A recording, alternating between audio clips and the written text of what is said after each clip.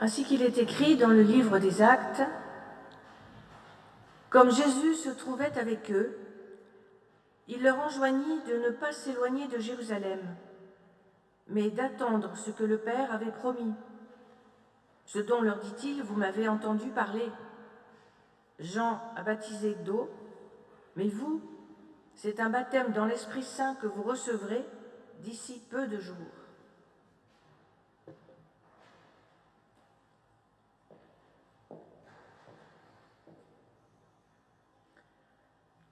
Frères et sœurs,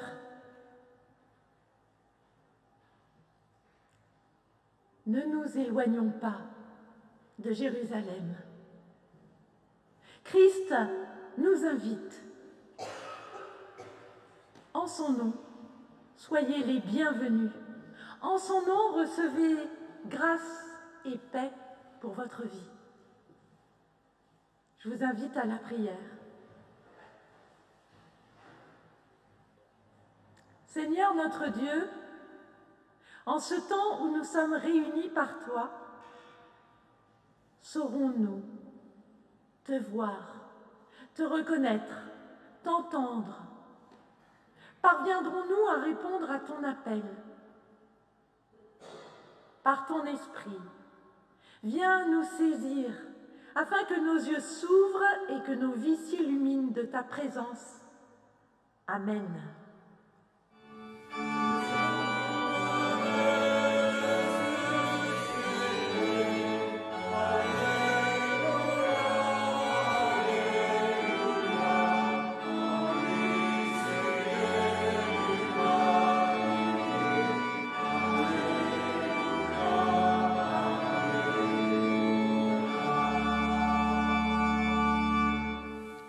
Nous restons debout pour la louange avec le psaume 47 du chef de chœur des fils de Corée, psaume. Vous tous, peuple, battez des mains, acclamez Dieu par des cris de joie, car le Seigneur, le Très-Haut, est redoutable. Il est un grand roi sur toute la terre. Il nous soumet des peuples et des nations sous nos pieds. Il nous choisit notre patrimoine, l'orgueil de Jacob qu'il aime. Dieu monte au milieu des acclamations. Le Seigneur s'avance au son de la trompe. Chantez Dieu, chantez, chantez pour notre roi, chantez. Car Dieu est roi de toute la terre. Chantez un poème. Dieu est roi sur les nations. Dieu est assis sur son trône sacré. Les nobles des peuples se réunissent au peuple du Dieu d'Abraham. Car à Dieu sont les boucliers de la terre. Il est souverainement élevé.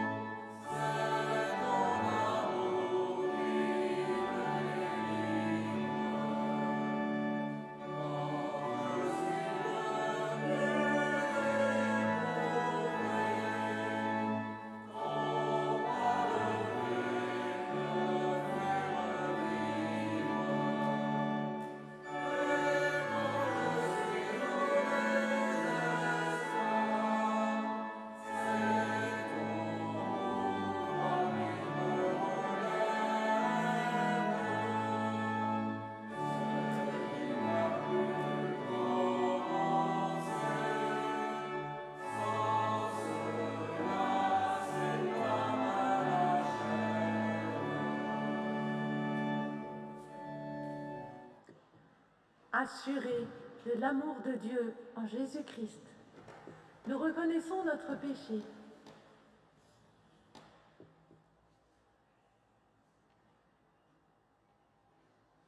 Seigneur notre Dieu, par la résurrection de ton Fils, tu nous ouvres un chemin vers toi, mais notre vie se détourne sans cesse de cette voie. Pardonne-nous, conduis-nous vers toi. Seigneur notre Dieu, tu comptes sur nos bouches et sur nos mains pour répandre la bonne nouvelle de ta vie. Et souvent, nous réduisons notre foi à une vague croyance ou à des certitudes, sa pratique à de pauvres habitudes ou à des conventions. Pardonne-nous, conduis-nous vers toi.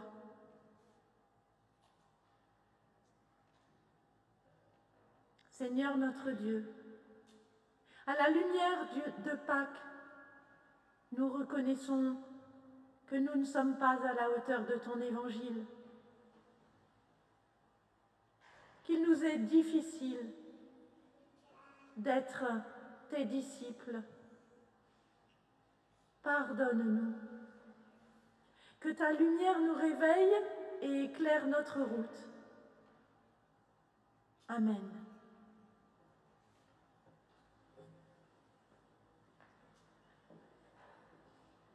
Dans la lettre aux Éphésiens, nous lisons « À chacun de nous, la grâce a été accordée, selon la mesure du don du Christ. »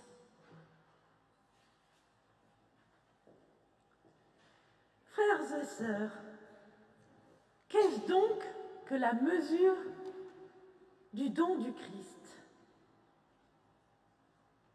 C'est sa vie, toute sa vie.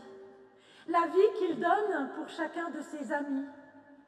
Ainsi, pour chacun de nous, sa grâce surabonde. L'amour déborde, la paix coule comme un fleuve.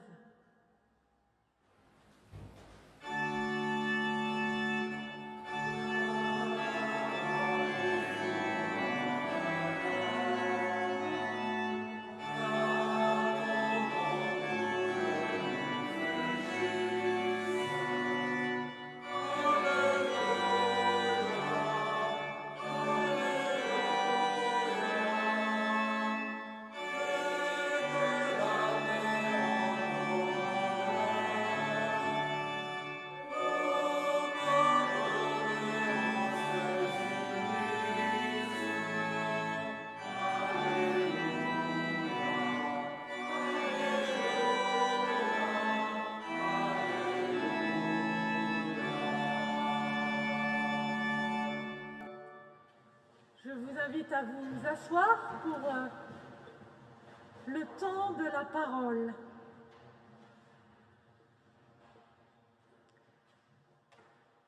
Et nous commençons par prier.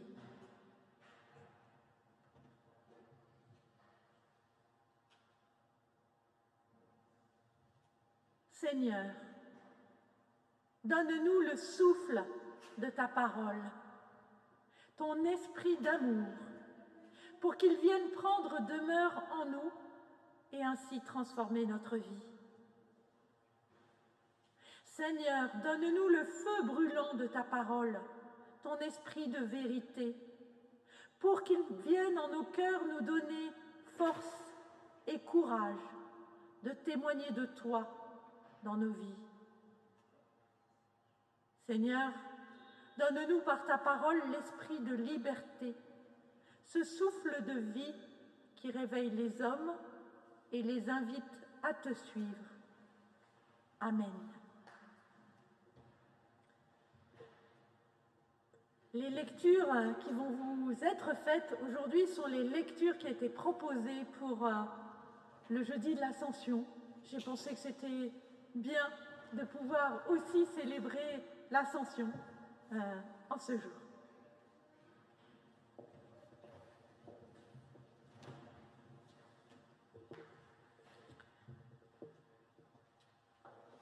Première lecture est dans la lettre aux Éphésiens, au chapitre 4, les versets 1 à 13.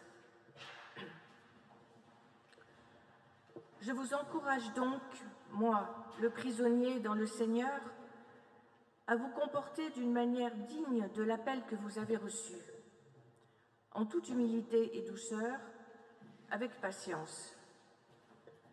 Supportez-vous les uns les autres dans l'amour, en vous efforçant de conserver l'unité de l'esprit par le lien de la paix. Il y a un seul corps et un seul esprit, tout comme vous avez aussi été appelés dans une seule espérance, celle de votre appel. Et il y a un seul Seigneur, une seule foi, un seul baptême, un seul Dieu et Père de tous, qui est au-dessus de tous, par tous et en tous. Mais à chacun de nous, la grâce a été accordée selon la mesure du don du Christ. C'est pourquoi il dit « Il est monté dans la hauteur, il a emmené des captifs, il a fait des dons aux humains. » Or, que signifie « il est monté » sinon qu'il est aussi descendu dans les régions inférieures, sur la terre. Celui qui est descendu, c'est le même qui est monté au-dessus de tous les cieux, afin de remplir tout.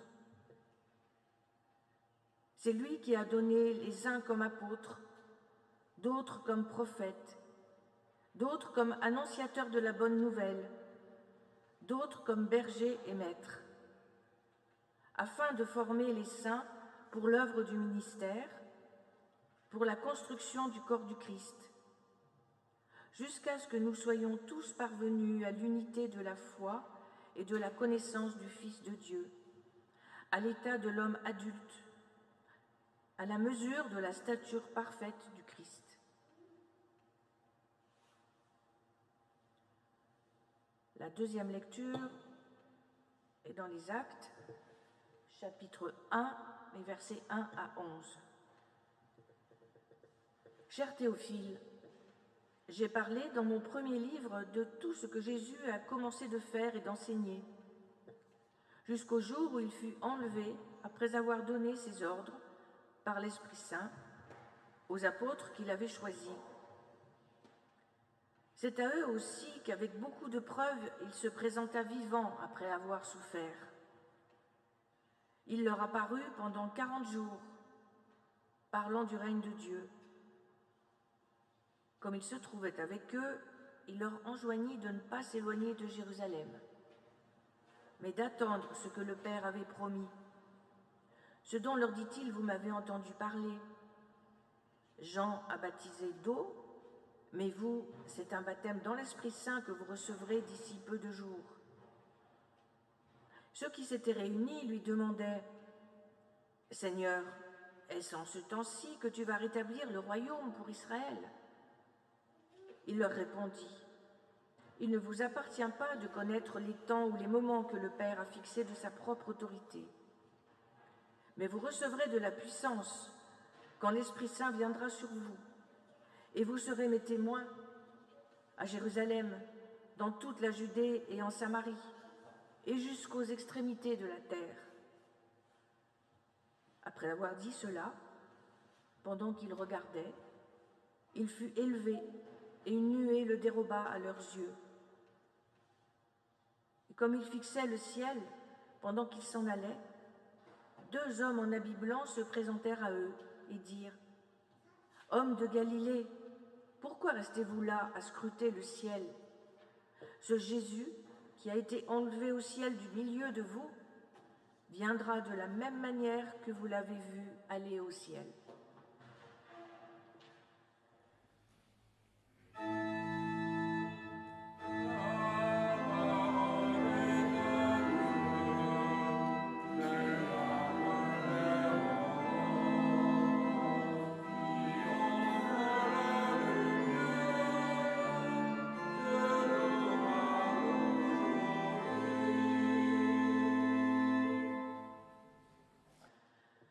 Frères et sœurs, en 1979, Jacques Higelin chantait « Sur la terre, face au Dieu, tête en l'air, amoureux, d'une émotion légère comme un soleil radieux dans le ciel de ma fenêtre ouverte, et je danse et je lance un appel aux archanges de l'amour. Quelle chance, un vautour, d'un coup d'aile, d'un coup de bec, me rend aveugle et sourd à la détresse, à l'éphémère tristesse de la vie. Sur la terre, face au ciel, tête en l'air, amoureux.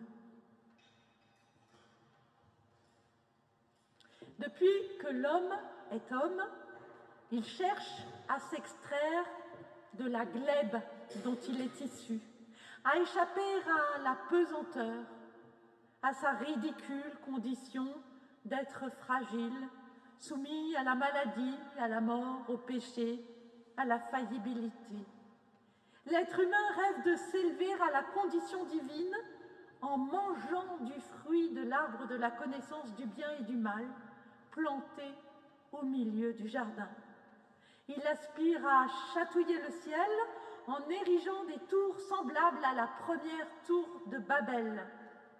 Le ciel n'est-il pas la résidence des dieux? Y avait compris? Le mythe d'Icare confirme que l'aspiration de l'homme de s'extirper de sa condition d'animal terrestre est universelle.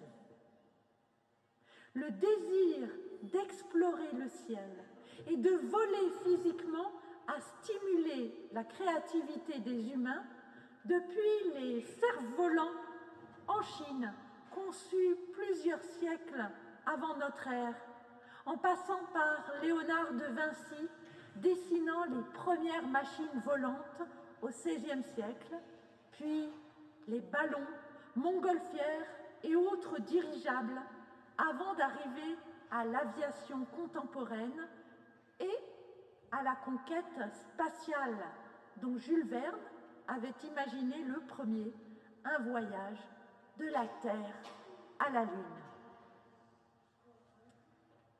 Au cours du premier vol dans l'espace, selon la légende, Gagarine se serait exprimée « Je ne vois aucun dieu là-haut ».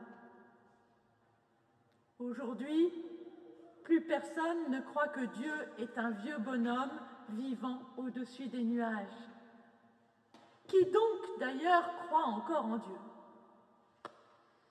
Les progrès scientifiques et techniques ont eu raison de celui qui, dans l'imaginaire humain, s'est un peu trop mis à ressembler à notre bon vieux Père Noël, qui, bien évidemment, a sa résidence dans les cieux. Ne pas croire est donc devenu signe de maturité. Mais si Dieu semble mort, la quête de paradis artificiel, céleste ou terrestre, ne s'est pas arrêtée. Plutôt, pas forcément artificiel, mais céleste ou terrestre, ne s'est pas arrêtée.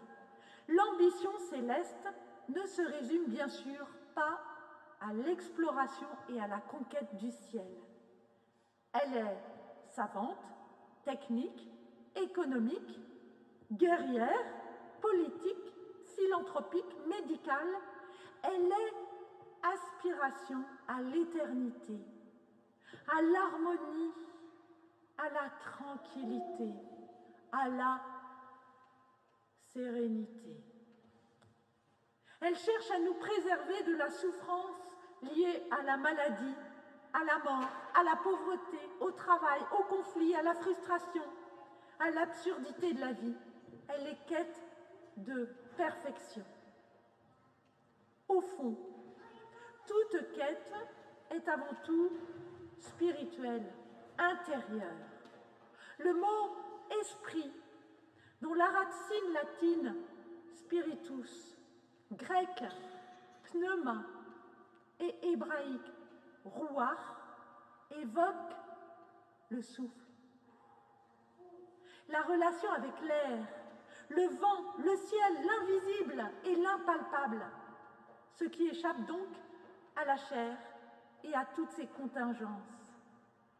N'est-ce pas la quête des philosophies gnostiques, mais aussi de ceux qui cherchent à atteindre les paradis artificiels en faisant usage de substances supersoniques ou de ceux qui tombent perpétuellement amoureux pour atteindre le 7e ciel, comme dans la chanson de Jacques Higelin.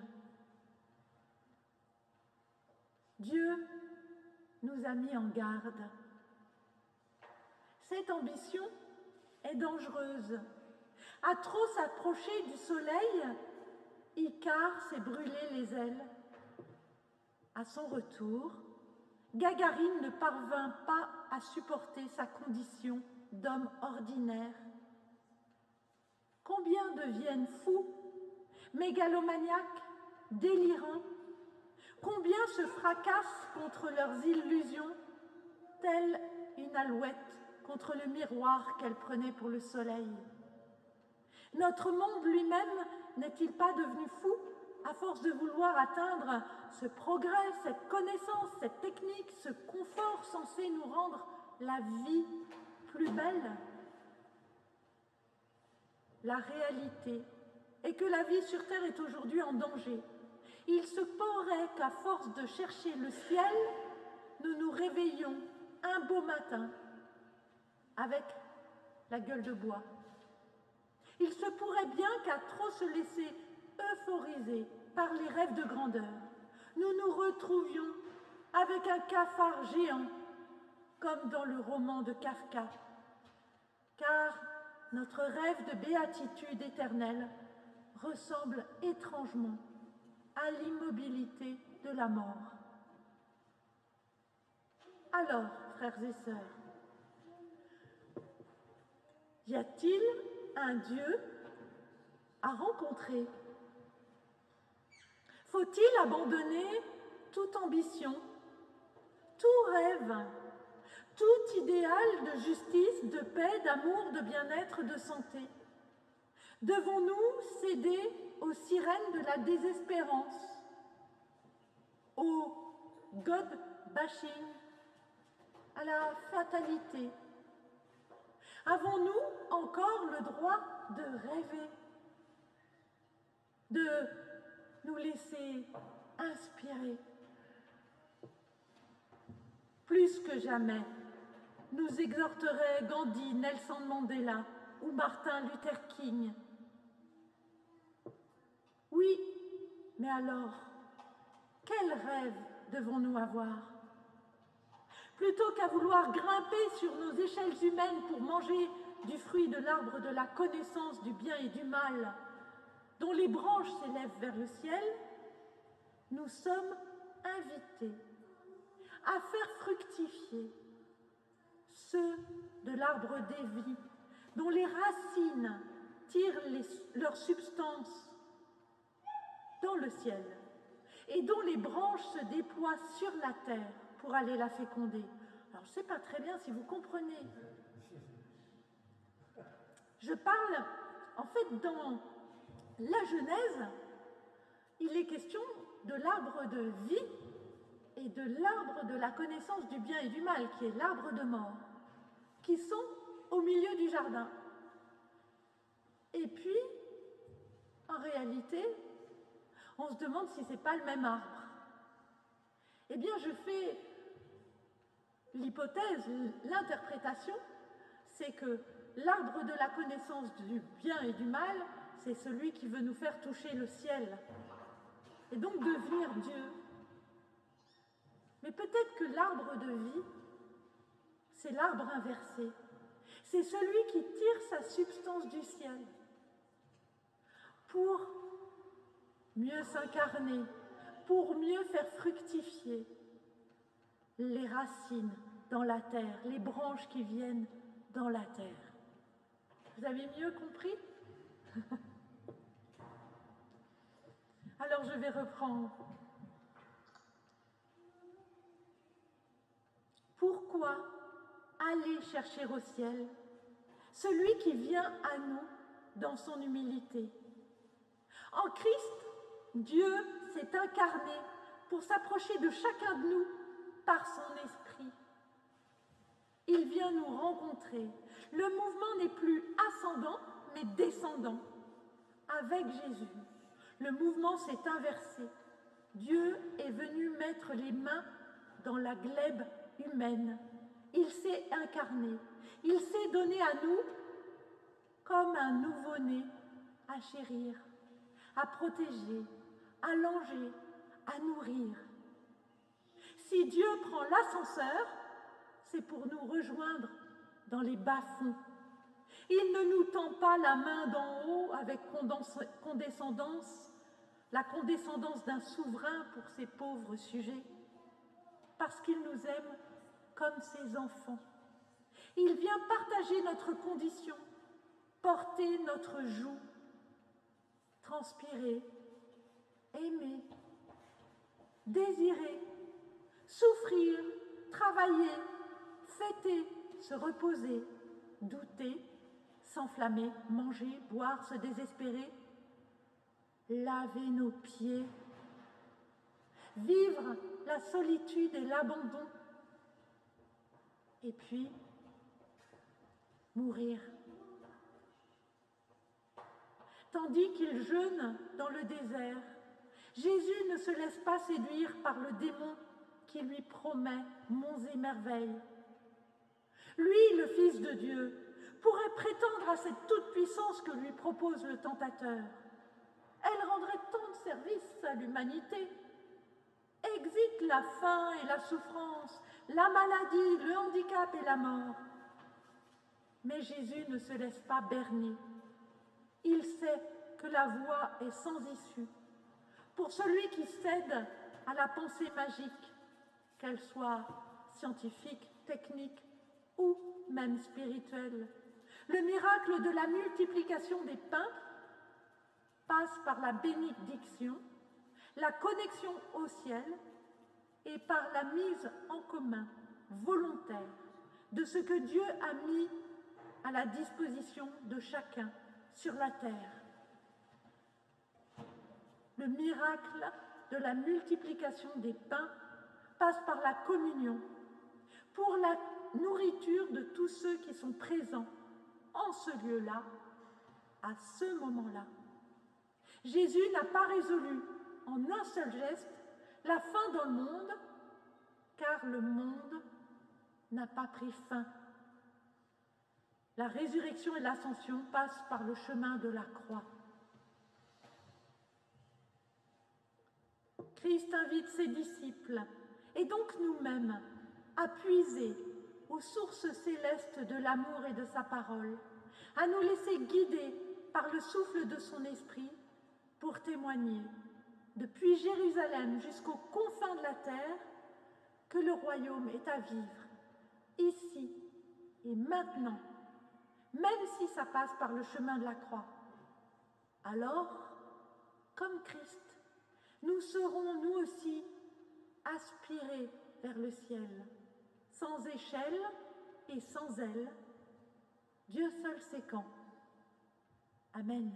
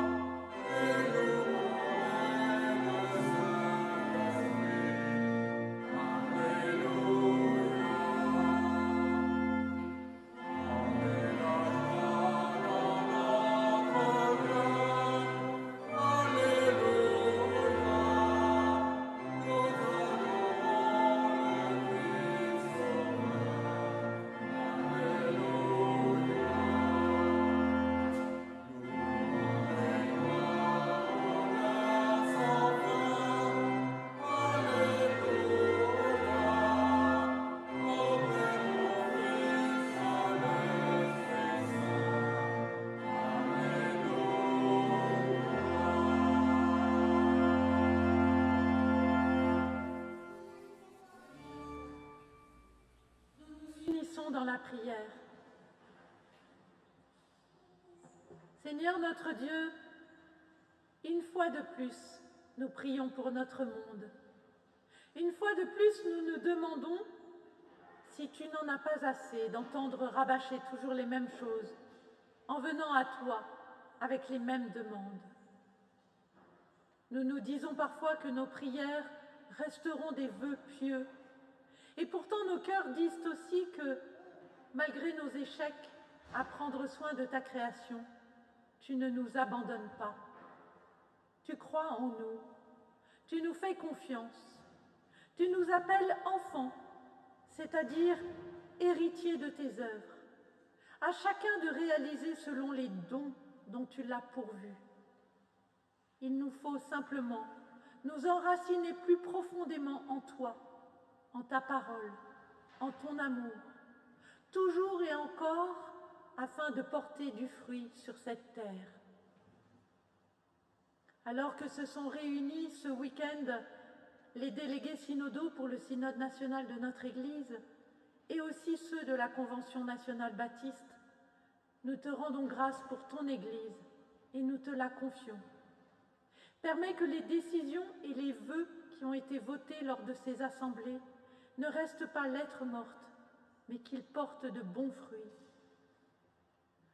Envoie sur chacun de nous ton Saint-Esprit de force, d'amour et de sagesse, pour que tout au long de notre vie, nous répondions fidèlement à ton appel, pour ta gloire et pour le service de ton Église. Garde-nous dans l'unité et dans la communion fraternelle, afin que nous sachions nous écouter les uns les autres et nous aider mutuellement à discerner la vérité qui est le Christ Jésus lui-même. Beaucoup de nos frères et de nos sœurs comptent aujourd'hui sur notre prière. Nous te les nommons dans le secret de nos cœurs.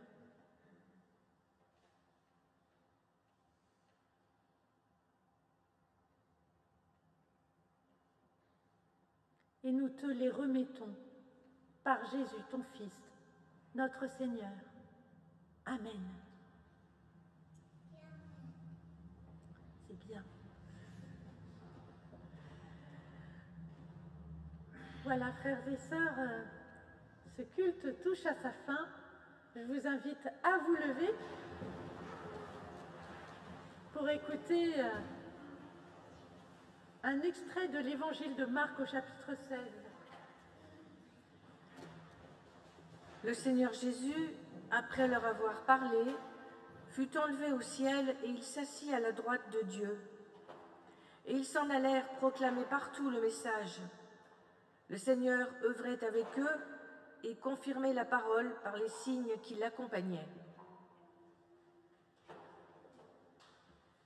Frères et sœurs, pourquoi chercher dans le ciel celui qui est la vie? Il nous invite à aller par toutes les nations, proclamer aux hommes que l'amour est plus fort que la mort. Un amour qui prend sa source en Dieu qui est aux cieux pour porter du fruit partout sur la terre. N'ayons pas peur car nous ne sommes pas seuls. Par son Fils Jésus, mort et ressuscité pour nous, Dieu nous bénit. Que l'amour de Jésus-Christ, notre lumière, vous accompagne et vous rende vous-même rayonnant et fraternel. Allez dans la joie du Seigneur ressuscité. Alléluia!